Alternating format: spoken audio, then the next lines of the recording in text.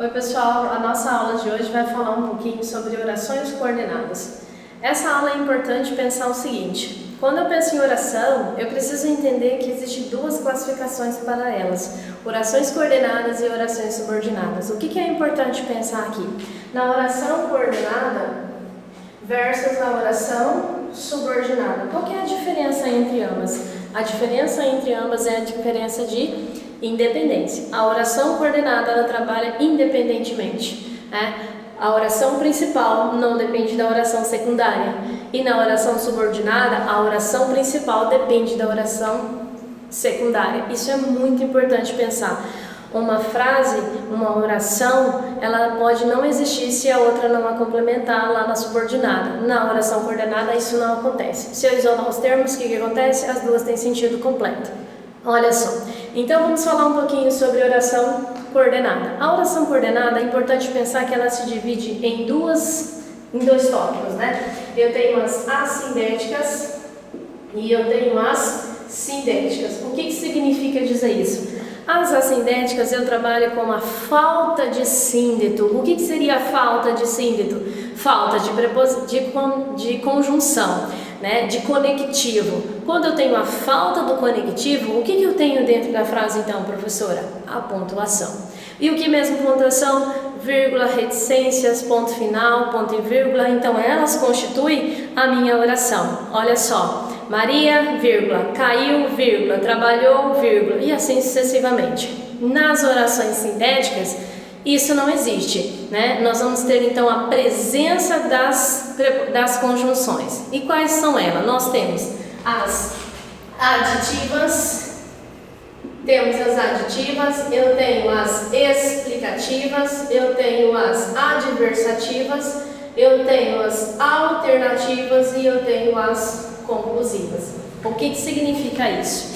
Nas aditivas eu tenho a ideia de soma, né? Então eu preciso ter um elemento de soma. Por exemplo, se eu falo assim, Maria trabalha e estuda, né? Então Maria trabalha mais estuda. Se eu falo Maria trabalha, sentido completo. Maria estuda, sentido completo. Isso é a ideia de independência que as coordenadas possuem, ok? Então aí nós temos a aditiva. O conectivo clássico é o E. Cuidado com o E, né? O E pode somar a uma locução e trazer ideia de alternativa. Por exemplo, Maria nem trabalha e nem estuda, significa o quê? Soma? Não significa soma aí, e sim ideia de alternância. Cuidado com esse conectivo. Outra coisa, nós vamos pensar na explicativa.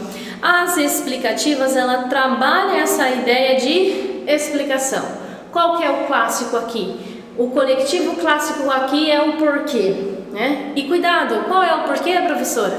Nós temos 4 porquês na língua portuguesa. 2 porquês juntos, um com e outro sem acento. 2 porquês separados, um com e outro sem acento. Qual é a diferença desses porquês? Rapidamente entrando nisso. Primeiro porquê com acento junto, ele trabalha a ideia de substantivo. Ele é precedido de artigo O. Não entendi o porquê, você me deixou. Isso é um porquê com acento porque trabalha a questão do motivo, causa e razão, ok? Depois eu posso pensar no porquê junto, sem acento, vai trabalhar a explicação. Maria faltou a aula porque estava doente, né? Literalmente faz uma explicação. Esse é o porquê que nós trabalhamos dentro das orações coordenadas sindéticas, o porquê junto e sem acento. Esse porquê também muito usado para a questão de redigir textos dissertativos argumentativos, ok? Fiquem espertos com ele. Aí nós falamos dos outros porquê. O porquê separado com acento, ele é lá para o final de frase, para pergunta direta. O porquezinho separado com acento, ele vai trabalhar no início ou no meio da frase quando tem pergunta indireta. Pergunta indireta significa que não tem ponto de interrogação. Cuidado com isso daí, ok? As adverbiais. O que é adverbiais? É uma adversidade, né? Essas adversativas, elas vão trabalhar nesse lugar, no adversário, né? É o contrário, o ponto contrário. E aqui nós temos o mas, O mas, que é o mas sem i, que muitos alunos confundem, ele vai trabalhar a ideia de contrariedade. Maria era inteligente, mas tirou 0 de português. Ou seja, muito inteligente, mas tirou nota baixa. É contraditório à ideia de inteligência. Agora, se eu digo assim, Maria é a menina mais bonita da sala, eu estou elegendo na qualidade de mais bonita. Isso tem muita diferença. Então, cuidado aí. As adversativas trabalham na ideia de contrariedade. Outro, nós trabalhamos as alternativas. Cuidado com as alternativas. Tem gente que vai dizer o seguinte, a alternativa ou uma coisa ou outra, não é, professora? Ah, eu faço isso, eu faço aquilo. Não, cuidado com isso.